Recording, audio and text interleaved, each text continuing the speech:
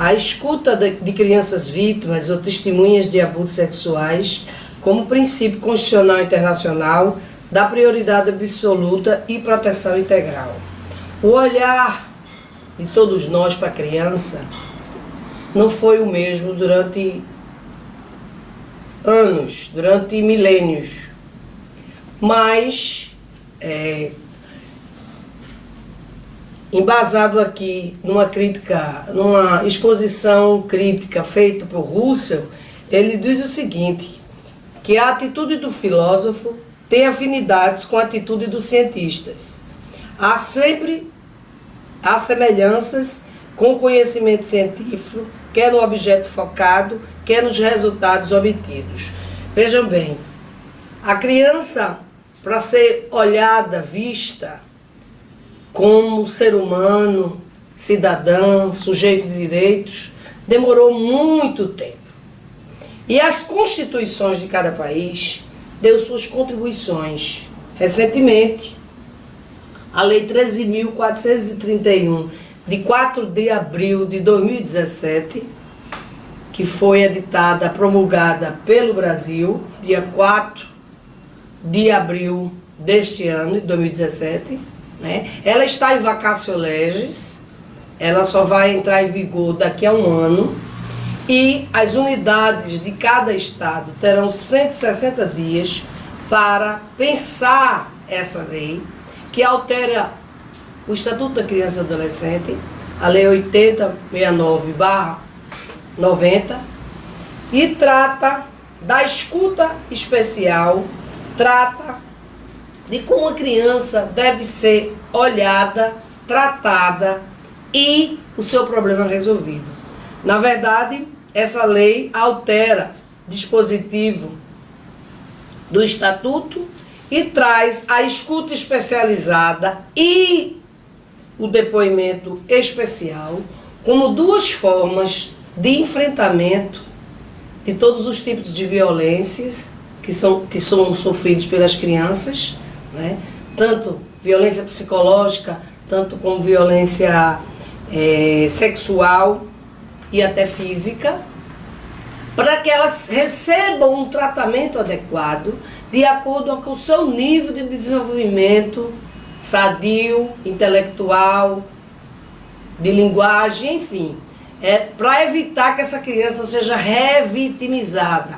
Ou seja, essa lei traz mecanismos, inclusive tratando de que nos casos omissos será aplicada a Lei Maria da Penha, ou seja, aquela vítima criança, né, que no Brasil há uma diferença, menos de 12 anos e mais de 12 anos adolescente. Então nós estamos aqui falando da vítima criança, aquela que tanto sofre a violência como é testemunha. Então ela vai ser escutada ou vai ser recebido o seu depoimento especial de uma forma específica, né? Por exemplo, o depoimento especial será a oitiva da criança perante a autoridade policial ou judiciária.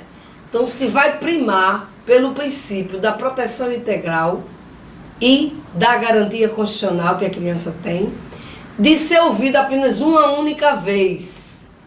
E, pela primeira vez na história, a produção antecipada de provas como medida legal. E o que quer dizer isso? A criança não vai precisar ficar repetindo várias vezes aquele sofrimento que para ela já é nefasto, já traz consequências de maior grandeza. Então, na verdade, a criança ela será escutada através de um procedimento de entrevista sobre a situação em que ela sofreu a violência, ela ou o adolescente, perante um órgão de proteção que será limitado ao relato estritamente necessário para o cumprimento da finalidade. Ou seja, a criança, também se ela não quiser falar nada, ela fica calada. Mas ela é que vai relatar como foi que ela sofreu, em que condições, como ela como ocorreu o fato, quem foi o agressor, de que forma ela foi agredida, e através disso, o direito irá dar a ela essa condição de dignidade, né? Cumprindo, inclusive, os princípios internacionais do maior interesse da criança e da dignidade sexual. Então, toda denúncia recebida, ela será encaminhada à autoridade policial, ao Conselho Tutelar e ao Ministério Público. E a partir daí, ela será encaminhada ao Instituto de Medicina Legal para fazer o exame de corpo de delito. E será objetivo importante ela não ser novamente ouvida. Então, tudo se fará para que ela revele esse seu sofrimento uma única vez. Só em casos excepcionalíssimos é que isso vai acontecer. Então, o depoimento especial, ele tem um rito cautelar de antecipação de prova.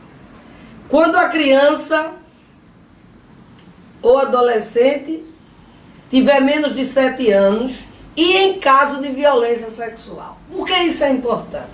É importante porque a criança vítima de abuso sexual, se ela não receber um tratamento adequado para que ela possa superar essa realidade, né, ela passará o resto da vida por sequelas psicológicas, transtornos, traumas que não são superados.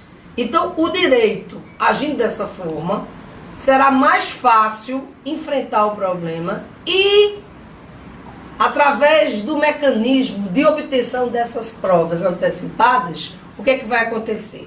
Nós teremos um resultado mais célere e essa criança poderá ser objeto de uma medida cautelar de afastamento do agressor que, infelizmente, não tinha antes. Então, várias pessoas já tentaram aplicar a Lei Maria da Penha nesses casos sem sucesso. Mas agora, com a incorporação desse diploma legal, é possível processualmente fazer tudo isso.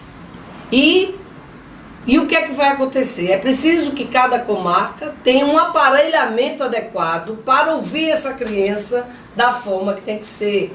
Por isso que essa lei está em vacatio legis de 1 ano, para dar tempo suficiente para cada estado, cada unidade federada, possa instalar nos seus âmbitos de atuação judiciária esses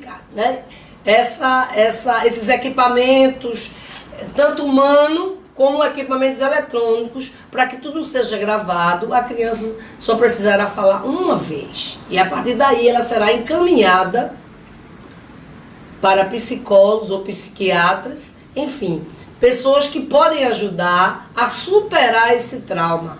Porque já foi constatado que a maioria dessas crianças são vítimas de pessoas muito próximas, geralmente familiares ou vizinhos.